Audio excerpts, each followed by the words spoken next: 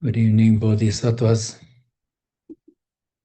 We'll begin with some meditation as usual this evening.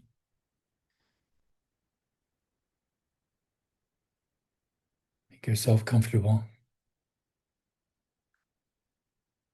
and bring your mind back from all of the day, from all the space around you, and feel the space your body occupies inside your skin.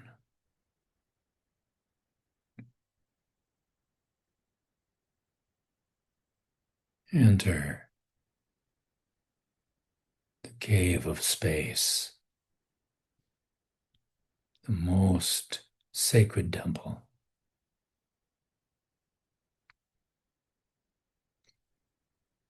And feel the flow and the touch of the breath in your nostrils.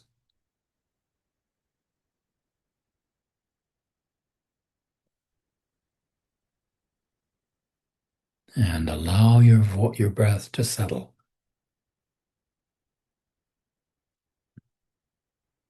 As you observe, allow your breath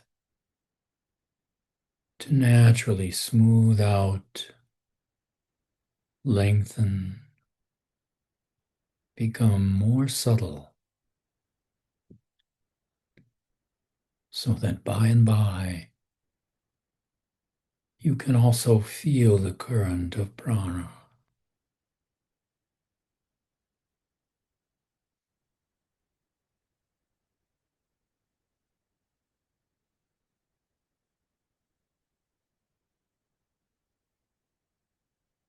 And as your breath settles,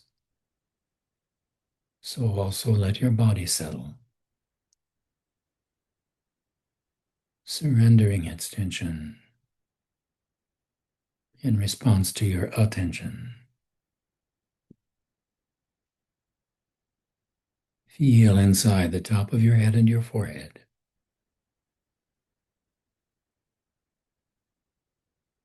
And feel into any tight spots, gently and lovingly, until the muscles just let go.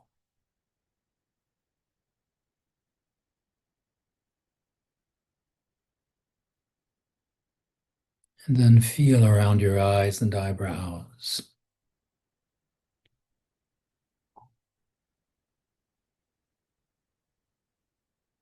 And as those muscles release and relax, feel down into your cheeks and the corners of your mouth.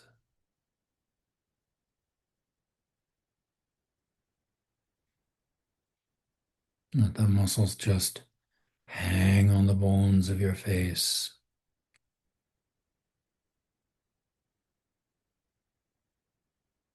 Relax the corners of your jaw.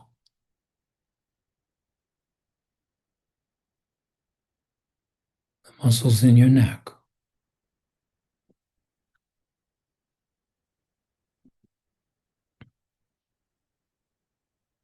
And from your throat center, feel out along your shoulders toward your fingertips, through your upper arms, your forearms, your hands, your fingers,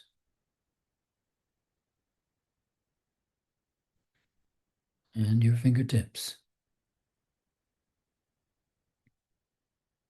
Let your breath flow free and deep.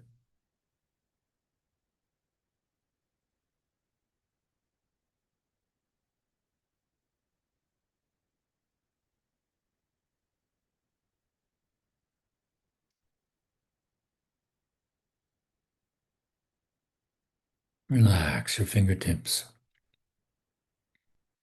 Feel back into your fingers. And then let your fingers go, as if they could just float away.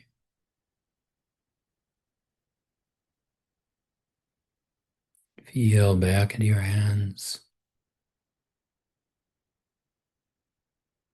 and let your hands go.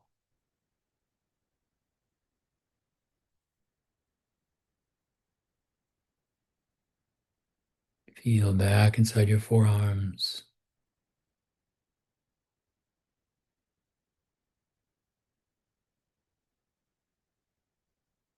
Release your forearms.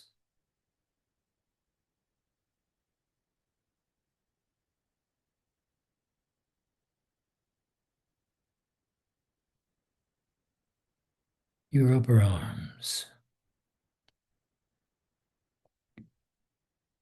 And your shoulders.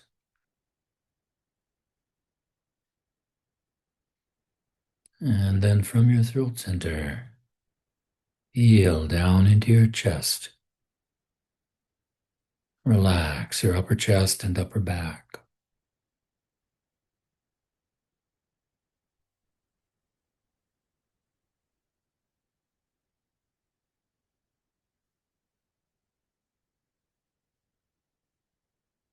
Feel into the muscles between your ribs and relax your rib cage.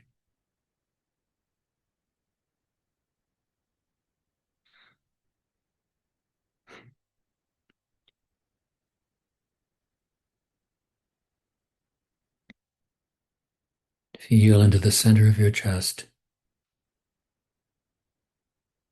Relax the center of your chest.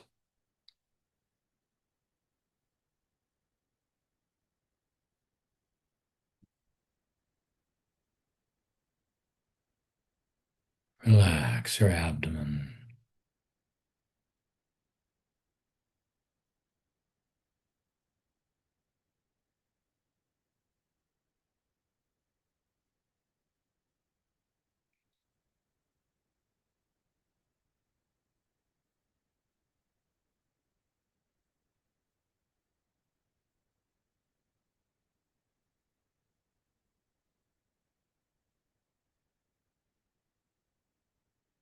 Relax your navel center.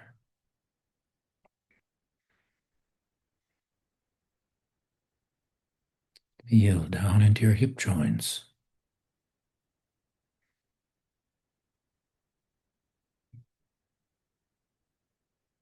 Your gluteal muscles.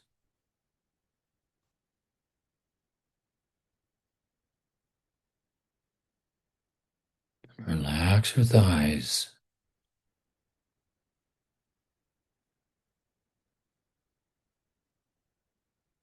Your calves and lower legs.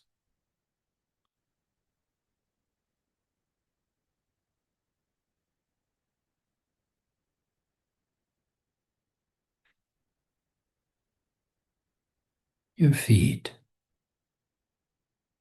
And your toes. All your toes.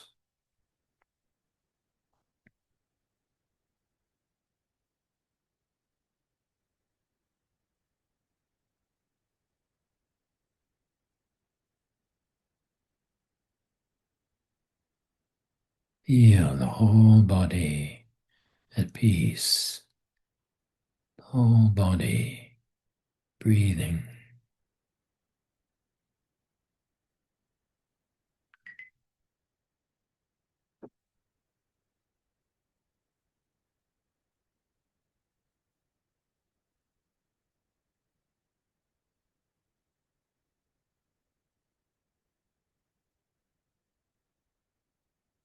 Now feel the flow of breath and prana between your navel and your nostrils.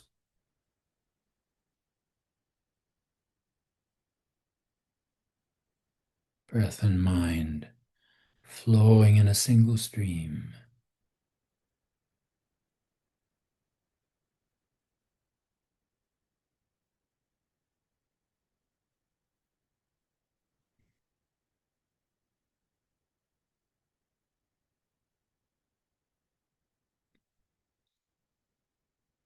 And as you watch that gentle current, just listen. Let your mantra come to you. or your favorite divine name or soham.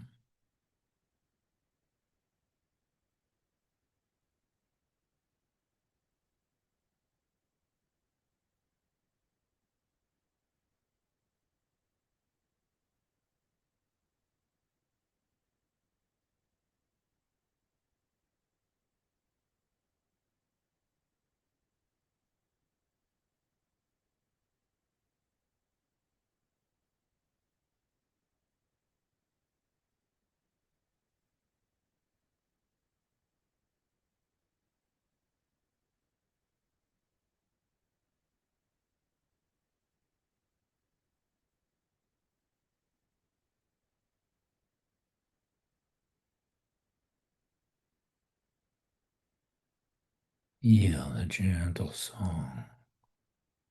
Draw your mind more and more still.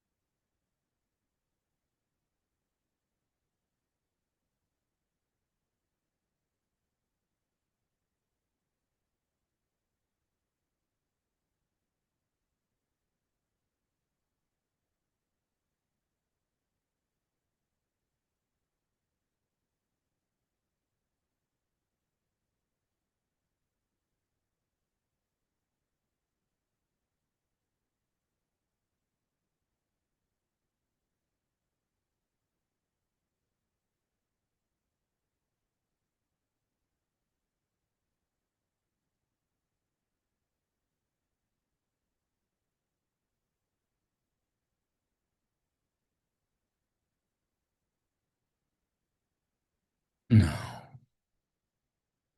feel that flow along the bridge of your nose between Ajna Chakra and Nasagra.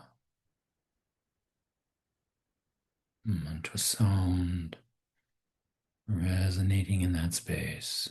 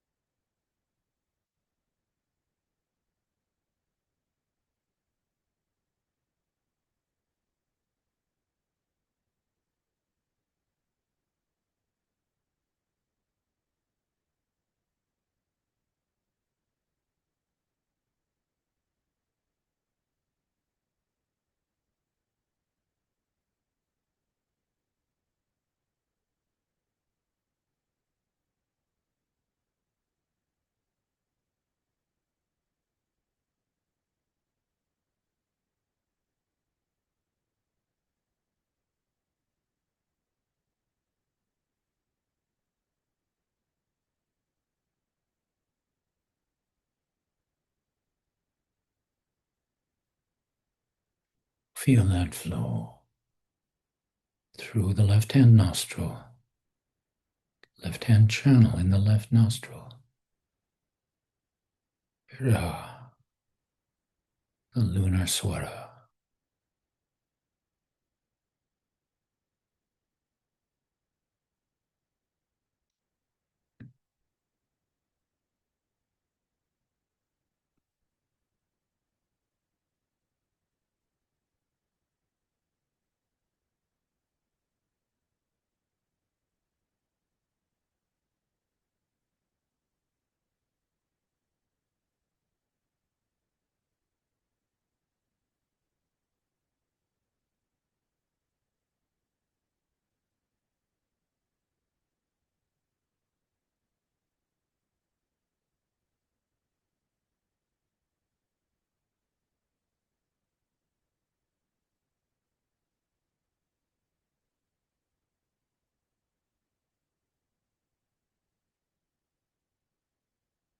Feel that flow in the right hand channel, through the right nostril. Pingala, the solar swara.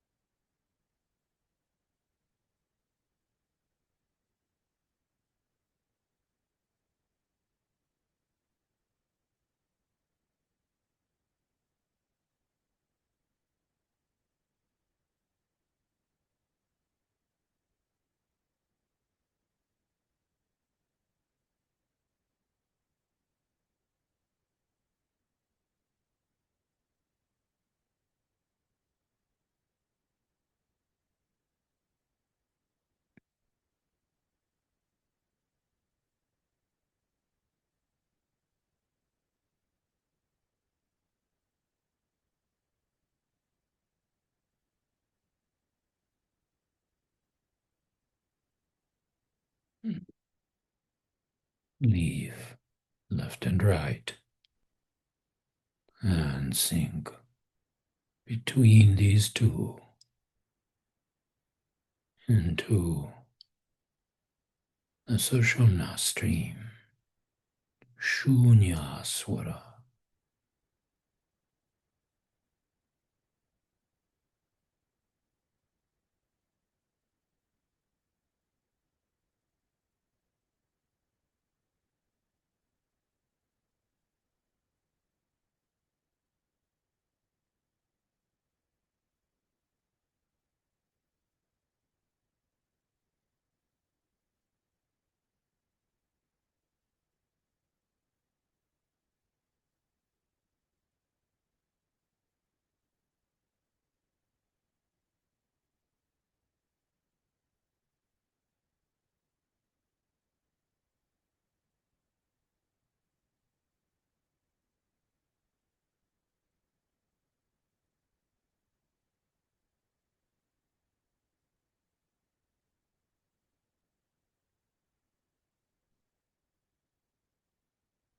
Next inhaling breath.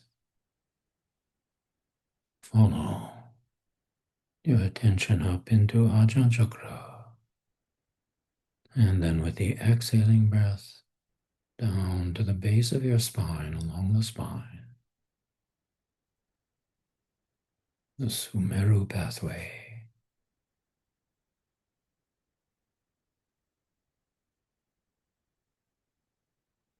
Gently touching the field of each chakra as you pass.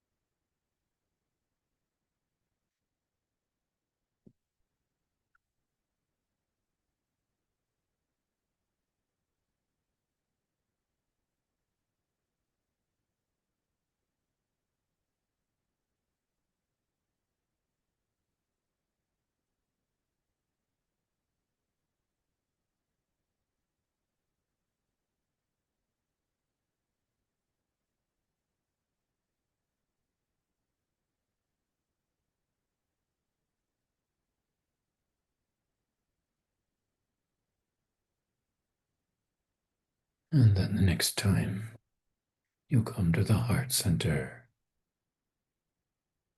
find a six-sided opening and enter that cave.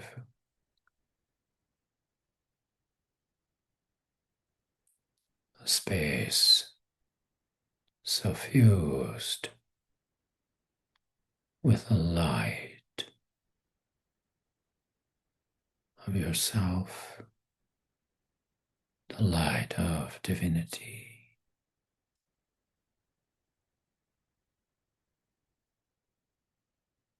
In the form of a Jyotirlinga,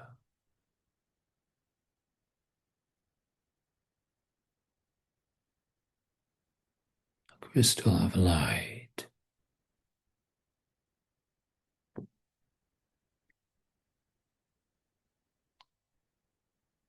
Offer to that light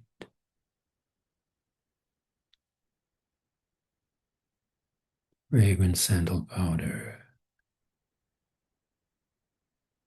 offering all the solidity, all the earth in you,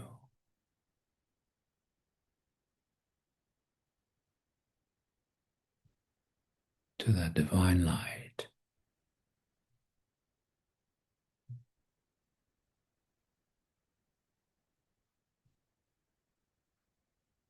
And then a kalasha of milk poured out in offering all that flows in you, the waters in you.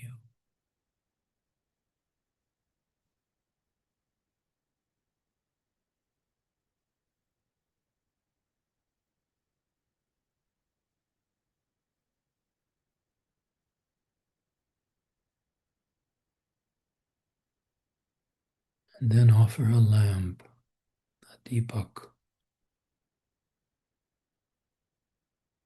offering the fires of transformation.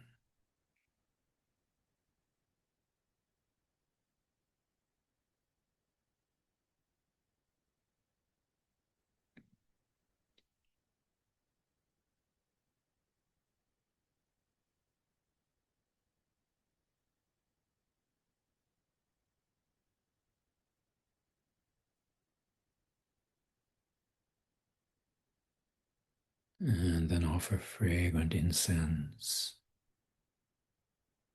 offering all the winds and currents that blow in you,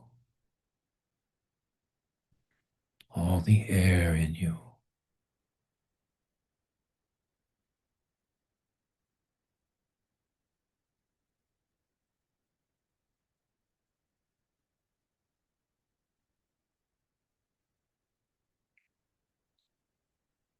And then offer beautiful blossoms, offering all the space in you.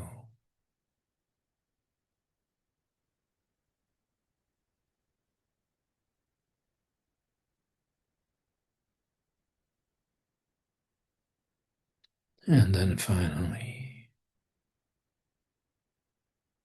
offer a clear crystal,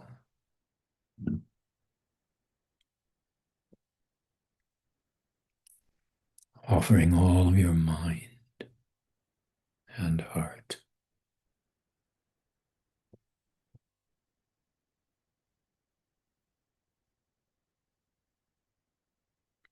to that light of realization.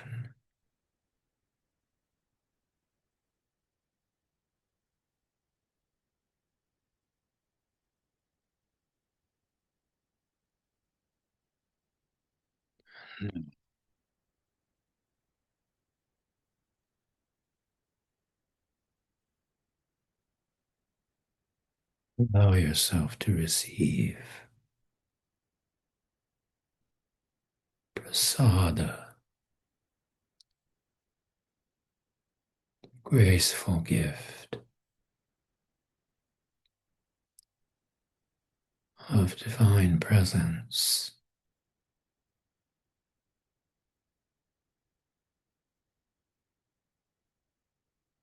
divinity's smile, as it were.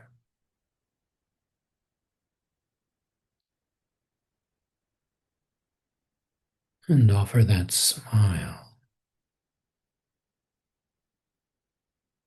to whatever part of you may be in some pain,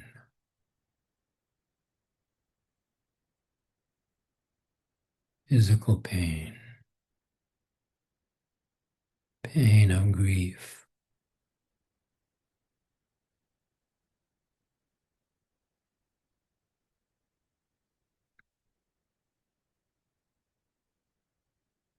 pain of poor-heartedness, whatever that pain may be.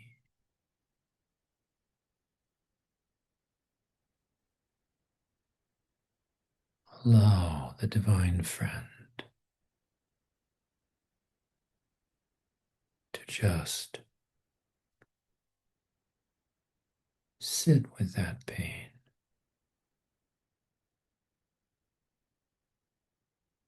Observe it.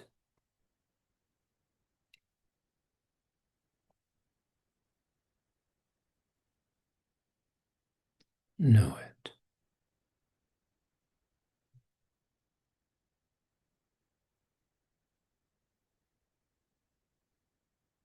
And by doing so, loving it, not trying to change or do anything, just being present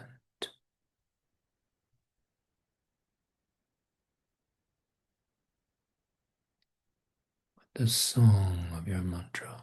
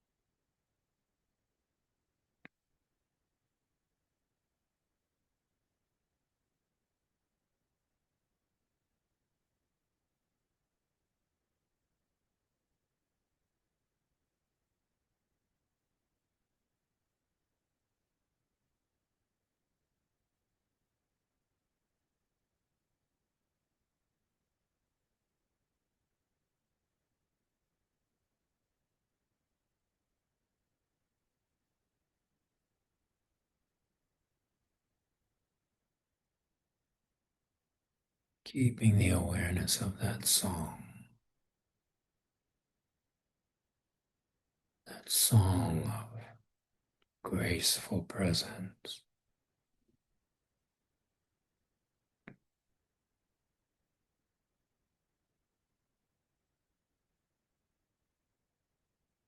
Let yourself return back through the six-sided opening and into the Sumero pathway along your spine.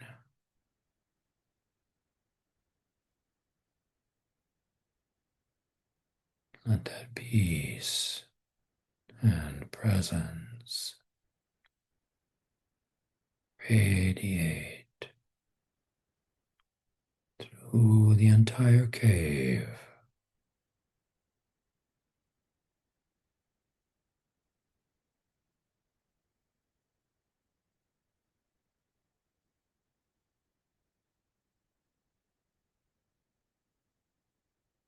As you pass along that pathway,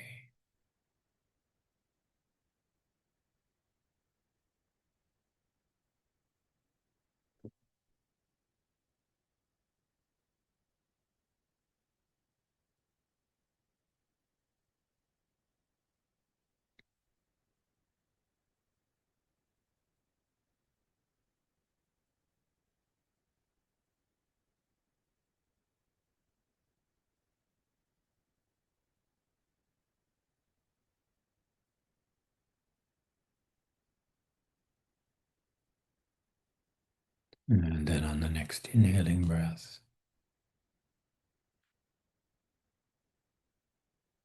let your awareness come back into Ajna Chakra. Exhaling to Nasagra along the nose bridge.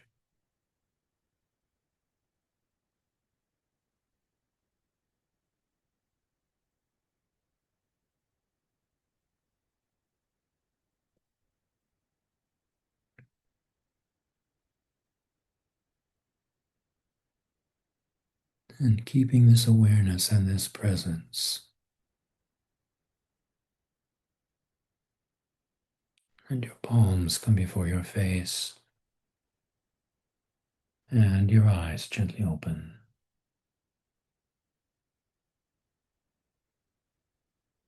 Observing the outward motion of your mind. Allowing your heart to fill your palms with fragrant blossoms of gratitude,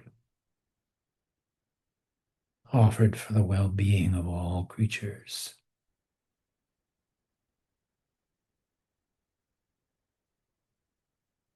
And especially gratitude for the Kalyana Mitra, the spiritual friend. Om Shanti, Shanti, Shanti.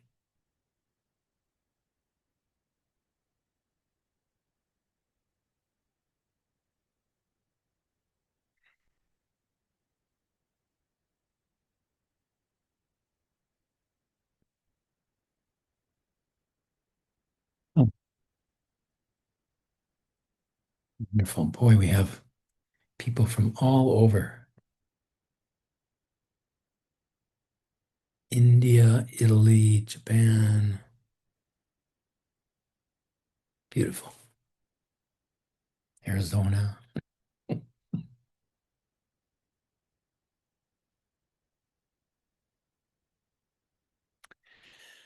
We left off last time with verse 76 in chapter 5. So or sorry, 79. And we'll pick up from there this evening. We'll complete the chapter and perhaps even make a start on chapter 6, which is a real jewel about dealing with anger. Before we get into it, though, I wanted to say couple of words about the new Sangha mantra that Swami Veda has asked us all to practice in addition to our other practices, the Vasudeva mantra. It's an interesting mantra. It is the Sampradaya mantra, the tradition mantra of the Ramanandi renunciates. You have a number of different systems of renunciates in India. The sannyasis, the swamis, is only one bunch. There's another bunch, almost as big, called the Ramanandis, which was founded by a philosopher named Ramanuja.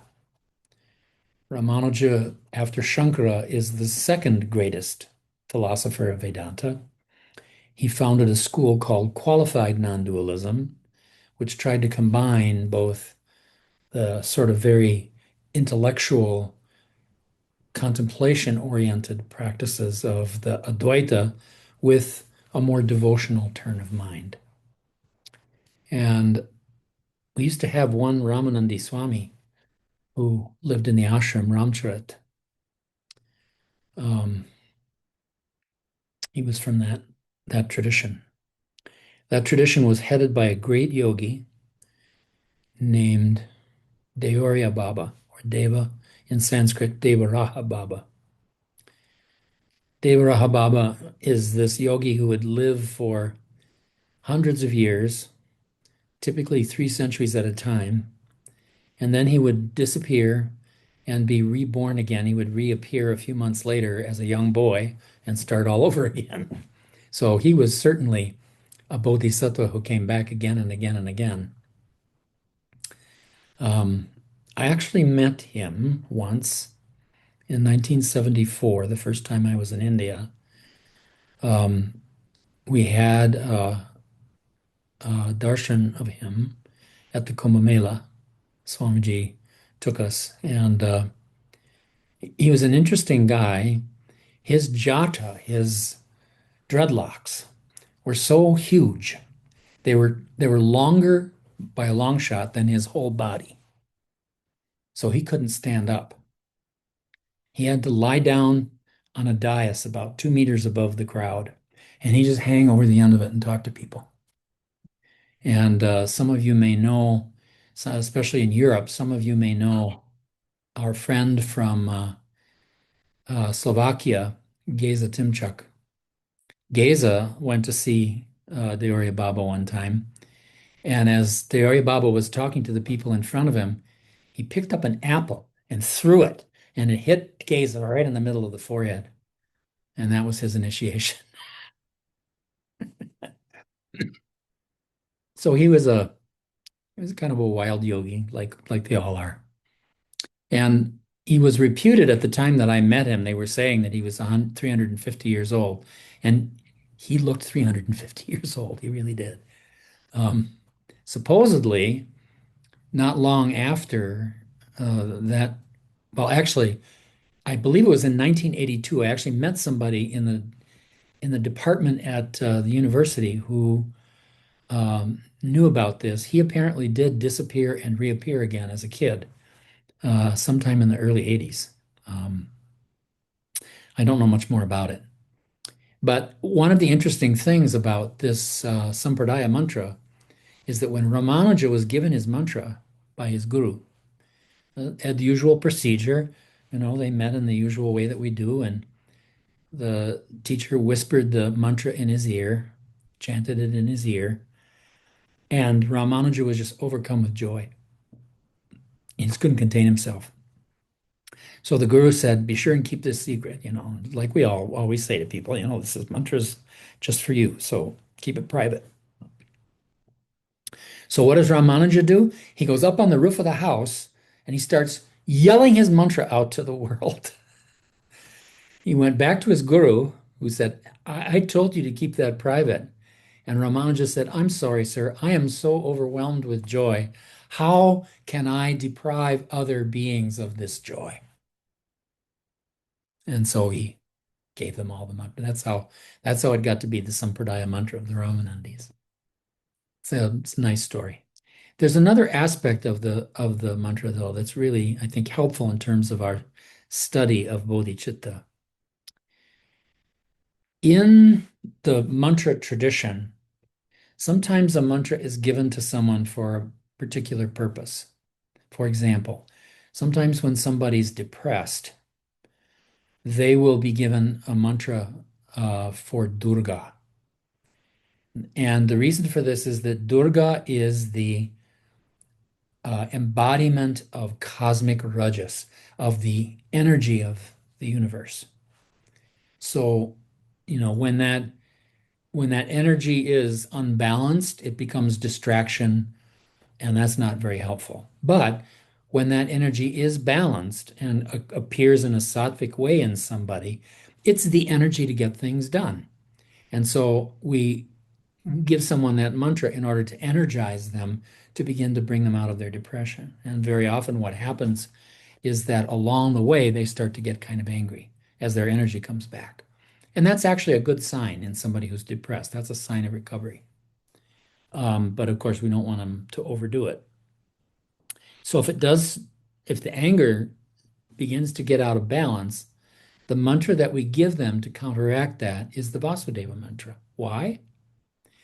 Because part of what that mantra does is to help the person become aware of the divinity existing in everything around them.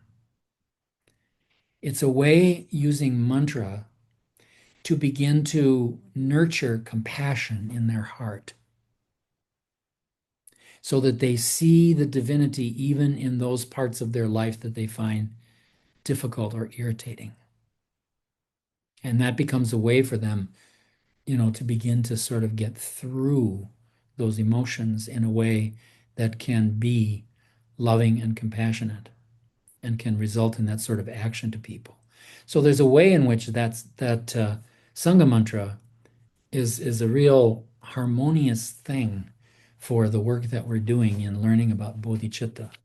Because it helps people to understand Vasudeva, it's actually an assistance to the cultivation of bodhicitta. Now, some Buddhist theorists might take issue with that, saying there is no Vasudeva, there is no God. That whole argument about is God everything or nothing is silly because God is both. And we're so far in no position to be able to experience it. So we just have to let it alone for now. And just be patient and be present. So we'll start with verse number 80 in chapter 5. And catching sight of others, think that it will be through them that you will come to Buddhahood. So look on them with open, loving hearts. That's a beautiful verse. Why? Because it especially applies to your enemies in life and the people who irritate you. That's as Swami Veda used to say, your enemy has information about you that you don't want to hear. So learn to listen to your enemy and to be present to them with a sense of patience. Doesn't mean you have to put up with crap from them. You can set limits, but you can do that kindly. Please don't do that. Please don't give me that stuff. So Children says, this will become a prevalent theme. Sentient beings are the cause of our enlightenment. When they bother us, we learn patience. When they're suffering, we learn loving kindness and compassion. No matter what reaction they evoke, we can relate to them in a way that leads to Buddhahood. Instead of buying into aversion, we become tolerant. Instead of staying stuck in selfishness, we extend a hand to someone in distress. Instead of letting jealousy sabotage us, we train in rejoicement therapy. I love that phrase, rejoicement therapy. It catches the sense of that joyfulness that comes the more you cultivate an attitude of mindfulness. And you just gradually get a naturally happy mind. even in the face of trouble or in the face of an apparent enemy. I make as many jokes about Donald Trump as anybody else. I also pray for him. He needs our prayers more than almost anybody else in the country. Um, verse 81. Always fired by highest aspiration, laboring to implement the antidotes, you will gather virtues in the fields of qualities, of benefits, of sorrow. She says, when we're passionate about our bodhisattva aspirations, we make an effort to implement the antidotes to the kleshas. In other words, this whole process Patanjali talks about of thinning down the kleshas, klesha tanukarana. Traditionally, the antidote to the klesha of anger is said to be patience. The antidote to envy is rejoicing. The antidote to lust is recognizing the impurity of the body. Actually, I think that's just a little bit still tainted by misunderstandings of brahmacharya, but we'll let that go. Using these antidotes can interrupt the momentum of the kleshas, thus we gather virtue. Shantideva says we can gather virtue in three ways: in the fields of qualities, of benefits, of sorrow. The qualities refers to wisdom figures such as the teachers we've known or read about.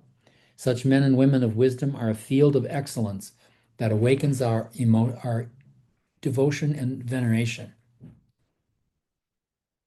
It's easy to think about that with the models that we've had, which have been such beautiful models.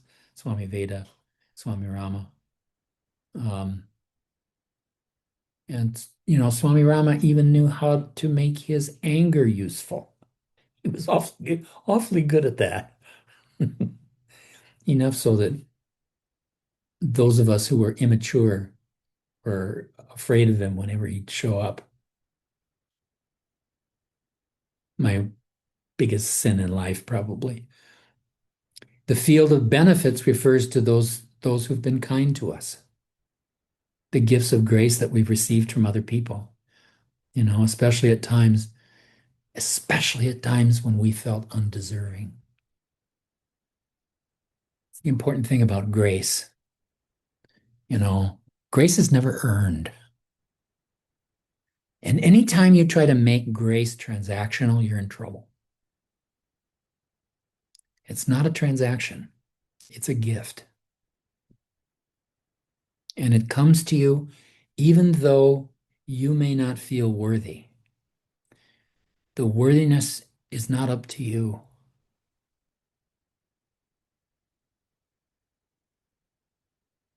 Only in later years do I really understand how much Swami Veda loved me.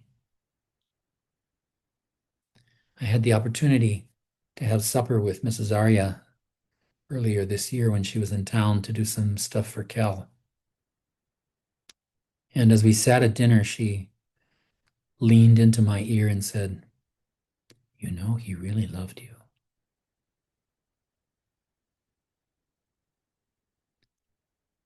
Absolutely. Looking back on it, there are so many times when he maintained the relationship even though I could not. And that's the real spiritual friend, the one who extends that presence to others. And so at the point where it felt to me like I was ready to be a disciple, I had to say to myself, okay, you have spent a lot of time so far in your life saying no to him. You got to stop doing that. And the interesting thing about coming to that decision point in my life is that once I decided not to say no all the time, he stopped asking for things that were beyond what I could do. Was a sort of collaboration that happened there that was very interesting. And when he did ask me for something, I would say yes, knowing full well that I was probably putting my foot into something. He would often say to me when he called up on the phone, say, Stoma, can you just do this little thing for me? And we'd chat for a little minute, and then he'd say something like, here's the camel sticking the nose in your tent. And so many, many nights I ended up sleeping with a camel, let me tell you.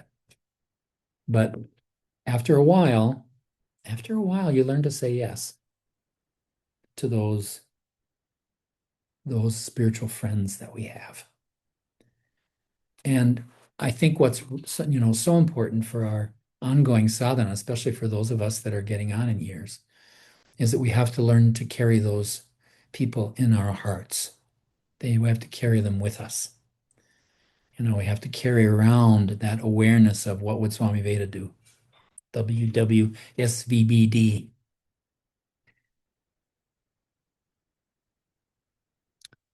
So the field of benefits refers to those who've been kind to us, who have shown us grace. And the field of sorrow includes all beings who are suffering. And then she says something really interesting. One way to put this into action, she says, is the 3-bite practice. You can do this anytime you eat a meal. Before taking the first bite, just pause and think of those men and women of wisdom and mentally offer them your food. In this way, you connect with the virtue of devotion. Before taking the second bite, pause and offer your food to all those who've been kind to you. This nurtures the virtues of gratitude and appreciation, not to mention generosity. The third bite is offered to those who are suffering, all the people and animals who are starving or being tortured or neglected without comfort or friends. Think too of all of us who suffer from aggression, craving, and indifference. This simple gesture awakens the virtue of compassion. It's a way to create the sankalpa, the intention of extending that presence to other beings. So often we think of this project of helping other beings as being a whole lot of work, as doing a whole lot of stuff. And it really isn't. What's really important is just being present to people. And just that much helps people to feel understood. Helps them to know, somebody else knows how I feel, what my life is like. It takes some of the burden off, just that much. People used to talk to me all the time about how it was hard for them to talk to people who were grieving because they didn't know what to say. And I'd often tell them, you don't have to say anything. Just be there. What's more important is your presence and your ability to listen. And that listening is so powerful. People always underestimate what an important and powerful thing that is. And, there may be some things you can do, fine. Do whatever you can.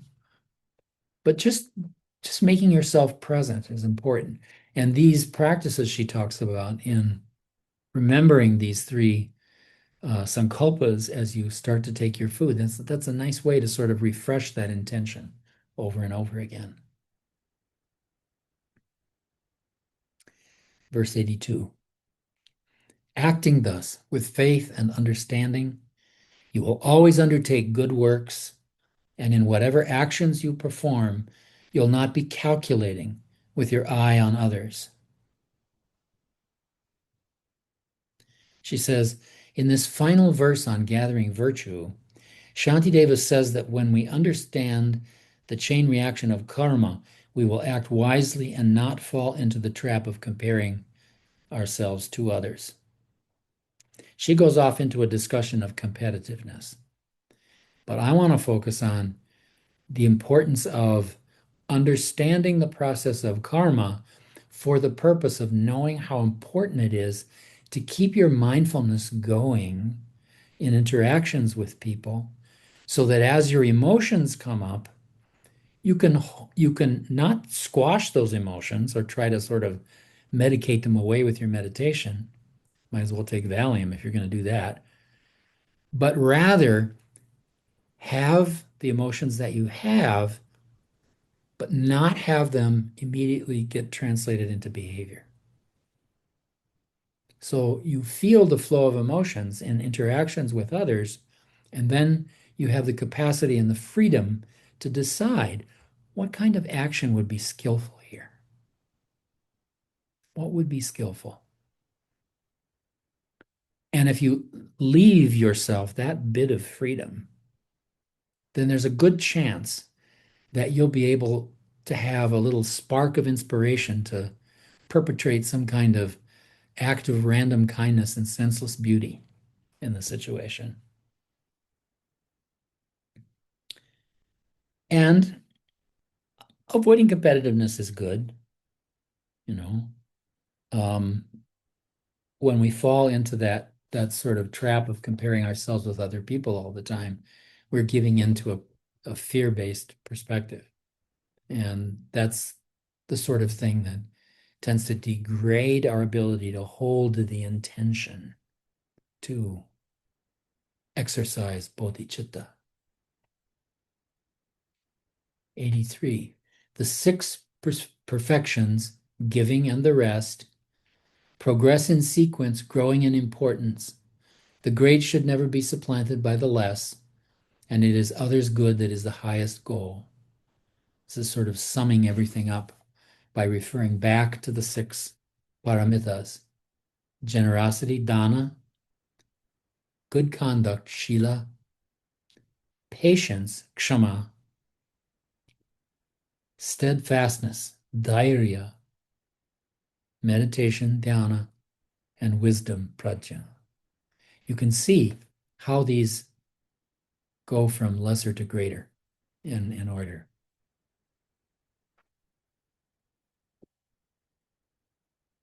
Verse 84. Therefore, understand this well, and always labor for the benefit of beings, the far-seeing masters of compassion. Permit to this end that which is proscribed. That's an interesting statement. He's basically saying here, nothing is out of bounds. Even the things that you think might be proscribed might, in a different situation, be skillful. And in that case, you should use them. Children says, in the Mahayana teachings, to promote the welfare of others involves more than just simply following a code of ethics or refraining from prescribed behaviors. There are times when that which is prohibited, lying or even killing, might be necessary to prevent harm. That's what the whole Bhagavad Gita is about, really. There's no set way to view this. The only guideline is to benefit beings by doing what's appropriate for the situation. Since we're left to figure this out for ourselves, we might begin to understand why Shantideva puts so much emphasis on taming the mind. There's so much in this.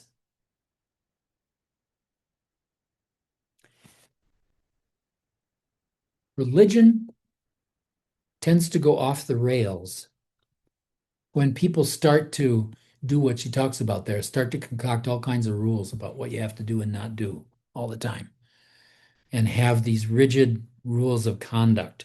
This was Jesus' principal complaint against the Pharisees. They were obsessionally focused on being right all the time, basically, and on not violating rules of ritual purity, even when they were making people suffer by doing that. And that's why Jesus tore up the temple, because he needed to throw a wrench into that misunderstanding. There's a difference between rules of conduct and ethics. And people tend to confuse the two things. I used to teach ethics and professional issues and psychology. And one of the things I would always do in the first session of our class is I would have this big brainstorming session with people about, what does ethics mean to you? What are the associations you have to the word ethics? And we generate this big long list of things, of all kinds of stereotyped understandings. one of which was always rules of conduct or the law. And I always made the point in the conclusion of the discussion of these things that that's not really what ethics is about. Ethics isn't about rules. Ethics is about how you think a problem through when the rules don't give you a clear answer. The law, which is the crystallization of morality in the form of behavioral rules in a society, is pretty much black. The law tries to be really black and white. Either you did it or you didn't do it. And it needs to be that way. It always looks at situations in a black and white way. And that's, obviously not always helpful. That's why we have courts and judges to try to deal with those situations. So ethics is a set of procedures that help you think through a problem, think through the question of what shall I do in a way that takes into account all the different perspectives that are involved and not just what's in your own head. Because if you use just what's in your own head, chances are your action is going to be captive of some kind of fear, like it was for Arjuna, standing there in the middle of the battlefield and paralyzed by the fact that he's under orders to kill half his family, under orders by God to kill half his family. Kind of a tough situation to be in. So ethics helps you in those situations to decide what's the best course of action. And I always used to tell my grad students, sometimes what is ethical may contravene what's legal. In order to be ethical, sometimes you may have to break the law. You need to be ready to do that, and you need to be ready to take whatever consequences may flow from it. And that's part of what being a professional is about, is having that sense of courage and that ability to make a good decision about a situation. I was in a, I had a colleague who was in my doctoral program. She was a social worker who was retraining as a psychologist. And as a social worker, she did a lot of work with people who've been sexually abused. And she did it all in group stuff, group contexts. So one of her group members approached her one time and said, things have gone really well in group for me. And I wondered if it would be possible for us to do some individual therapy work. And so my colleague thought about it, was very ethical actually about the way that she thought it through. The person had made good progress in her therapy, and a number of the things that we look for in their growth and development had happened. So she eventually said, yeah, I think probably it's okay. So they started meeting. And in one of the individual sessions, in the beginning of their therapy, they got to the end of the session, and the client asked my colleague for a hug. Now, we take this pretty seriously in the therapy biz, obviously, because of the history of, therapists getting sexual with their clients. And it's risky because it's hard to know sometimes what a hug means to somebody. So the ethical procedure there is to talk about it with the person and to make sure that things are going to be okay. And so my colleague thought about it and talked about it with the client and said, "Yeah, I think it's okay." So they had a hug. And when my colleague went to disengage the hug, the client hung on. And all of a sudden, my colleague got a really sick feeling in her stomach. Now, that sick feeling that you get sometimes is a sign that there's been a boundary violation. And so they awkwardly disengaged. They each went their separate ways. When my colleague got home that night, the client was waiting for her in the parking lot to her apartment building. And she was there in the parking lot to her apartment building every night for the next 3 years. She was she started stalking my colleague. So then my colleague came to our group and said, "Oh my God, this is terrible. What shall I do?" She went to the board that governs social work, which you should really never do. Those people are the police. And they really acted like the police with her. They disciplined her harshly, limited her scope of practice, and didn't do anything to help her fix the situation with the client. So I suggested she consult another mutual friend of ours who's really talented at thinking outside the box in these kind of situations. And he was able to come up with a way to negotiate a disengagement where the situation could be resolved without anybody having to undergo some kind of legal process. I mean, my colleague could have just called the police and had the woman arrested, but that would not be helpful to her client therapeutically. It'd be very damaging. So we needed a third way out of this. And often that's what ethics provides you, even if it's not necessarily a legal thing to do. Another instance, I had a client one time who was the most uncomfortable person in his skin that I have ever met. He had bipolar disorder, manic depressive illness. So, when he was manic, his neurochemistry was just burning up. It was going so fast. And he would sit there in the session and he was just constantly moving. Every single second he was moving in some way. He could not sit still ever, ever, ever. And we tried all kinds of therapy. We tried relaxation stuff, meditation, all this. None of it worked. So one day he calls me up and he tells me he's in the state hospital and he's undergoing a legal process to be committed to the state hospital as, um, well, dangerous, as a danger to himself because he was getting kind of suicidal. And I said to him at the time, I said, when we originally started talking, you told me that the last time you felt good about yourself was the time when you were in the state hospital before. Maybe this is a place where you'll be able to pick up the thread of whatever that was that helped you feel better and give you something to work with. I certainly hope so. And that was how we ended our conversation. 2 weeks later, his doctor called me up and said that he had died in the hospital. And it was actually kind of a big deal because it was a big news story. Everybody assumed that this guy had gone off and hung himself, and the staff had just been negligent checking up on him, which is not true. It's not what happened at all.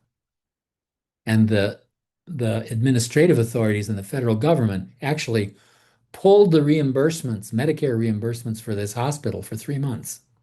Wouldn't let the hospital get paid for anything for 3 months. It was a really tough situation. So I talked to the doctor, his his physician, who he was seeing outside the hospital, and his doctor said he went into the hospital and he got a fatal fever. He had a fever of 108 degrees Fahrenheit, which is about 42 centigrade. And people don't survive that kind of fever. I mean, that's above 104 can be lethal, and 108 certainly is going to be lethal. He basically somehow decided to end the misery of his life by burning himself up from inside. This was a psychosomatic fever. He didn't have any infection. There wasn't anything going on that would ordinarily cause such a fever. This was a psychosomatic fever. He was doing And some major tumo. yeah, right, exactly. So now what the law says, his parents called me up after he passed away, and they wanted to know what happened. and nobody would talk to him. The reason for that is that in the law in Minnesota, a person's confidentiality in therapy survives into death. I mean, if somebody dies and their parents want to get information from me, legally, I can't say anything. I can't even say they were my client. Now, I realized this was not going to help anybody, and it was going to cause his parents a lot of suffering. So I explained the situation to them. I said, look, in Minnesota, according to the law, I'm not supposed to be able to tell you anything about the situation. In this situation, I think that's wrong. And so I'm going to break the law. And so I talked to them about what happened. And they were relieved. They understood. I mean, they had lived with this kid for a long time before he saw me. So they understood him, and they understood probably more than anybody else could why it happened the way it happened. And it was a relief to them to know that. So sometimes the ethical thing is not going to be the legal thing, is not going to be the thing that follows whatever rules of conduct you're talking about, whether it's, the Ten Commandments or the Minnesota statutes. But it's important to think about things from that sort of compassionate perspective. What's going to what's the most loving outcome of this situation? The text goes on in verse 85. Eat only what is needful. Share with those who have embraced the discipline. To those defenseless, fallen into evil states, give all except the three robes of religion. Kind of a odd thing to say. Children explains, there are some bodhisattvas' guidelines. Don't overindulge, share with everyone, and give generously even to those in evil states. Most of us find it easy to feel kindly towards the defenseless, but not towards those who intentionally cause harm. Would you lend Donald Trump $100? I wouldn't. At least not right off the bat. Yet these people need our compassion. The Buddha taught that because each of us experiences the consequences of our own acts, those who behave with cruelty and malice will reap the greatest misery and pain. You understand, if you understand karma, that this behavior that they're doing, as crappy as it is going to cause them something horrible in a future life. Shantideva tells us to give freely even to those who hurt others. Give all except your monk's robes. And she says, in certain circumstances, I imagine even that would be permissible.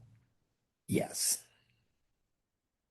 It's like the story of St. Francis. Francis, when he was walking on the road and somebody came along who had rattier clothes than his, he would get down and kiss their feet and beg them to trade clothes with him.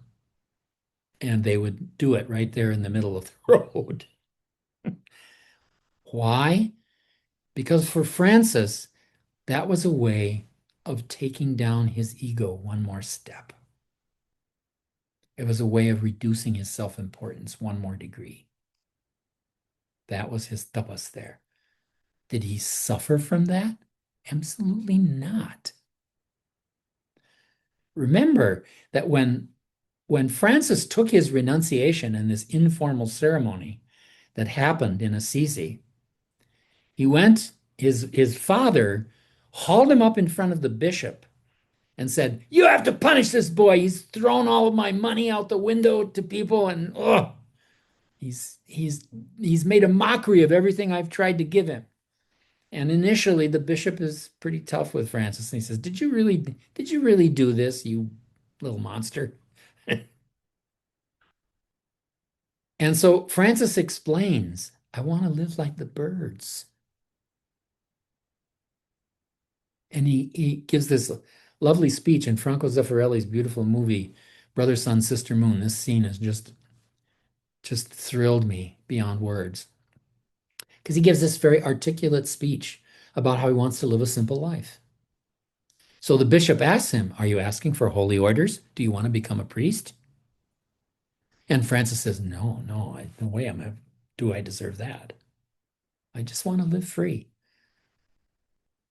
So in front of the whole town, he whips off all his clothes, folds them neatly, goes over to his father, and he says, "Father, I give you back my name and all that belongs to me," and hands his clothes to his dad and walks naked out of the town into the countryside. It's actually the same kind of thing that happens in the Swami ceremony. You get to the end of saying your funeral, you go down to the river, you take off the clothes that you've worn up to this point and throw them in the river. Your guru gives you the new set of clothes, you put them on, and then you're blessed with a new name and a new identity. So yeah, sometimes you give away your robes, even literally.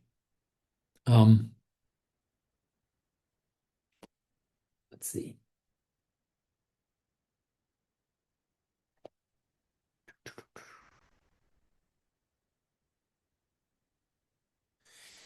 And then in the next paragraph, Chudran says, another way to look at this verse is this. Consider what it would take to go into the hells of this world and give all to those in seemingly inescapable pain. Until we've worked with our kleshas and judgmentalness, our bodhisattva aspirations will be sorely challenged in such places. Reminds me of Swami Veda's favorite bodhisattva, Kshitigarbha, the one who took a vow to be reborn in hell through all of her successive lifetimes until every creature is liberated from hell.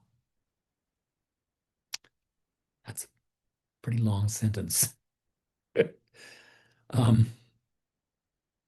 But going into hellish circumstances is an interesting experience. And it really challenges you about whether you can keep your sense of presence and mindfulness active in that circumstance, in that environment. What do you do when you're confronted by a bloody-minded person?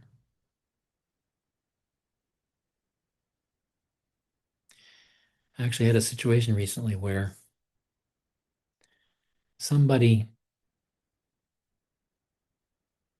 who has been sort of a friend for a few years has fallen on some hard times and has taken to asking me for money. Now, this person also has been in our friendship with the kind of expectation that I will make these things gifts. There's a clear sense of expectation. And recently, that person made a request for a sizable bit of help. My worldly wise side said, this guy has taken advantage of you. Don't do this. But he's my friend, and he is objectively in difficult circumstances. It's not something he made up. So I said to him, the way you asked me is frankly horrifying, but let me sleep on it. Because I knew at that moment, I was sort of so worked up. The way he brought it up, he kind of ambushed me with this. And so I knew it wasn't going to be appropriate to just go ahead with it. And I needed to really think about what I was doing. So I slept on it and I thought it through. I tried my best to give it an ethical examination. In the end, the next morning, We talked, and I decided he's asked to borrow this money. I suspect it will never be paid back. And in the promissory note for some of the previous loans that he made, he sort of put a phrase in there about some part of this might become a gift. You know, pretty presumptuous to put that in there. But I decided to go ahead because I also knew that he probably was in trouble, real trouble, and he probably really did need the help. Now, if he asked me again, no way. Then it's really clearly being exploitative. And I'm definitely taking a risk in doing this. But I'm going to err on the side of doing the right thing for the sake of my own conscience. You know, if I had just said no and sort of ended the friendship, that would have bothered me for a while. So we'll see what happens. We'll see how it all turns out.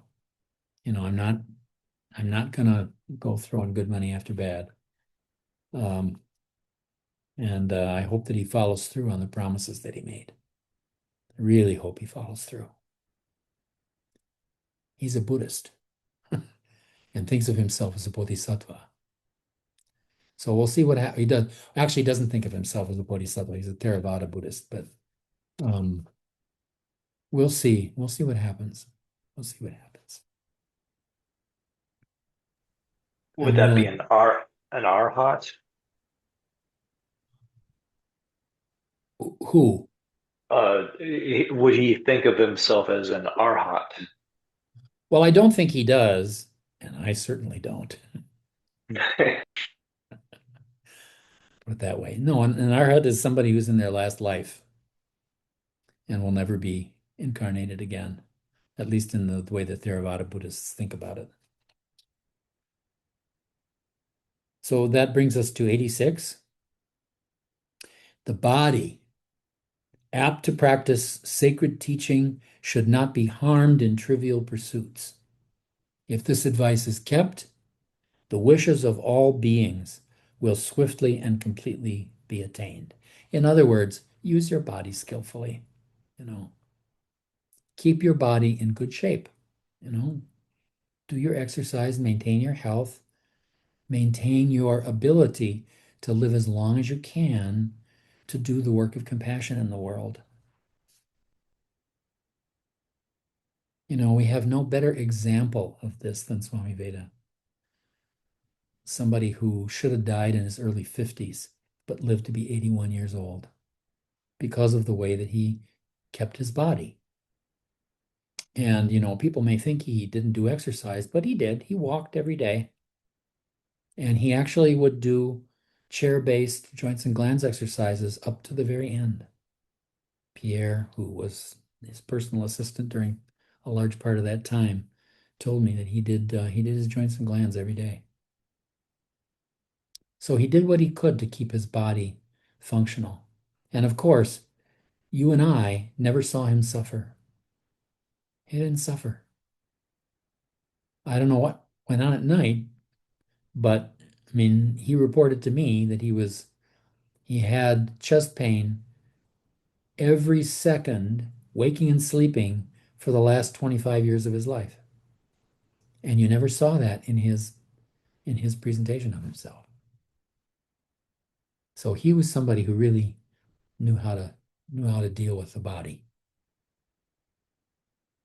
87, they should not give up their bodies whose compassion is not pure and perfect, but let them in this world and those to come subject their bodies to the service of the supreme good, or supreme goal.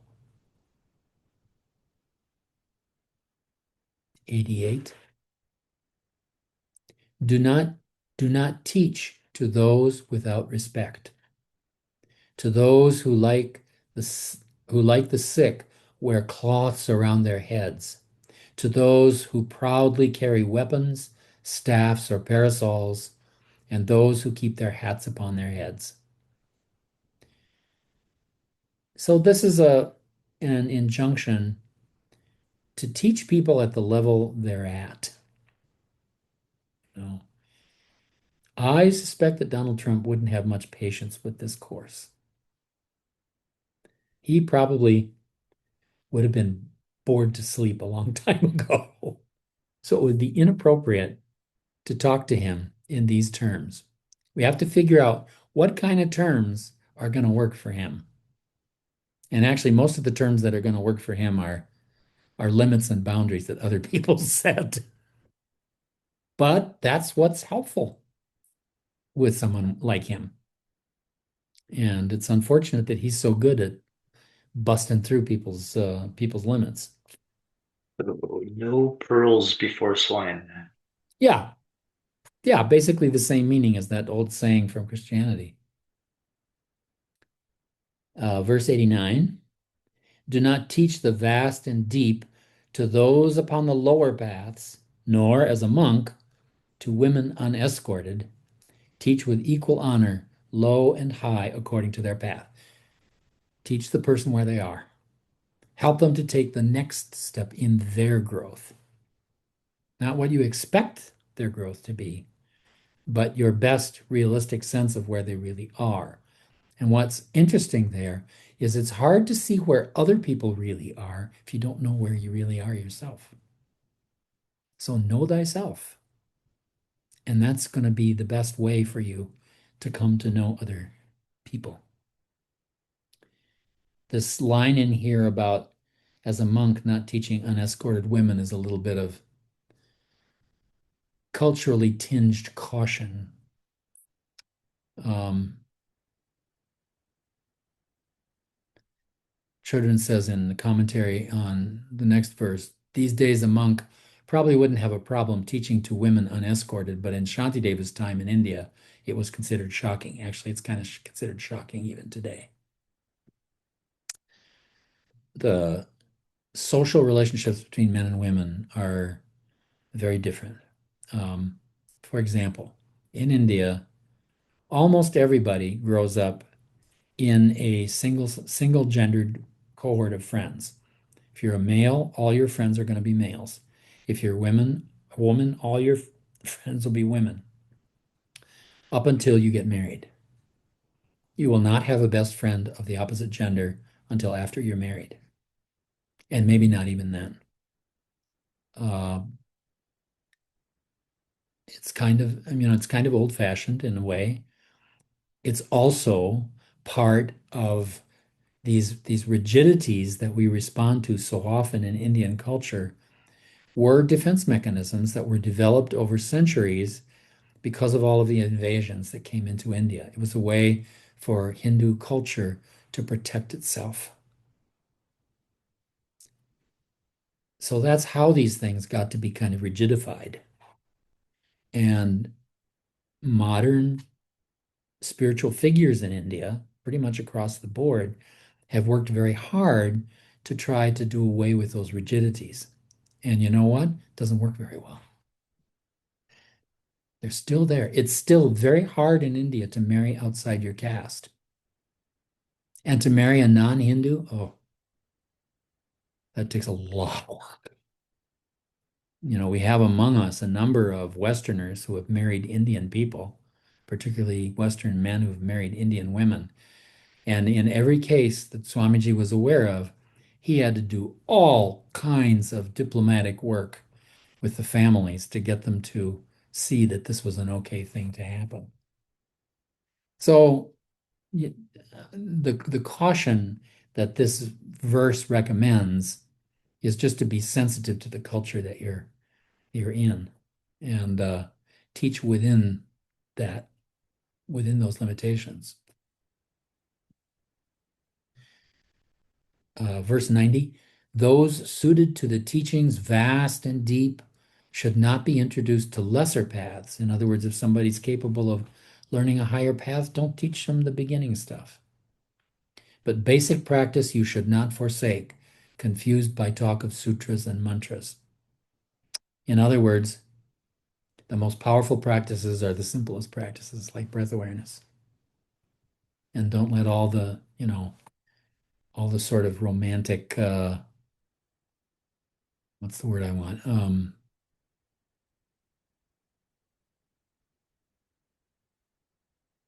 All the sort of romantic attraction to the fine points of the philosophy and the culture get in the way of the basic work of yoga and meditation, which is cultivating mindful awareness and then being able to take that awareness deep in your sitting practice.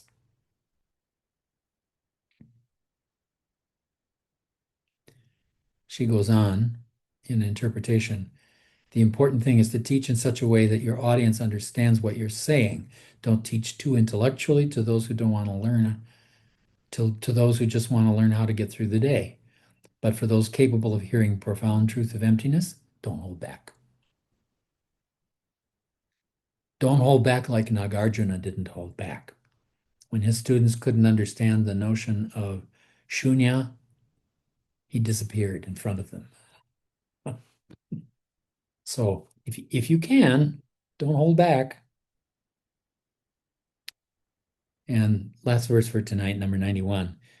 Your spittle and your toothbrushes, when thrown away, should be concealed. And it is wrong to foul with urine public thoroughfares and water springs. In other words, don't be sloppy how you live your life. Be careful how you deal with things. She says, in response to this verse, Dzongar Khyentse said, in India to this very day, they still don't listen to Shantideva. So this is beginning a series of verses that talks about how to pay attention to all the details of your life. And those will be the concluding series of verses in the chapter.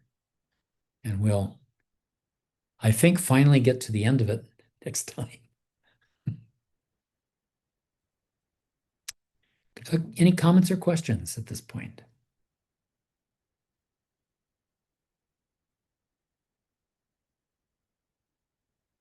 Okay. Then let's sit for 2 minutes and remember that graceful presence you received at the outset.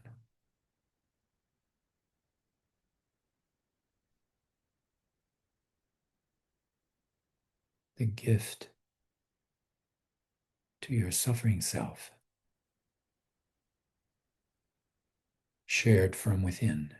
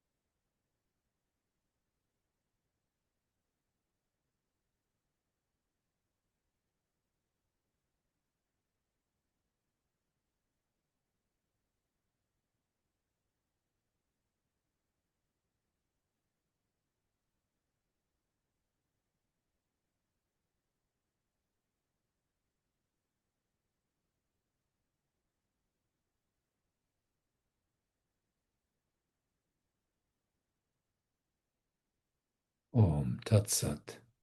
Brahmarpanamastu. Om Shanti, Shanti, Shanti.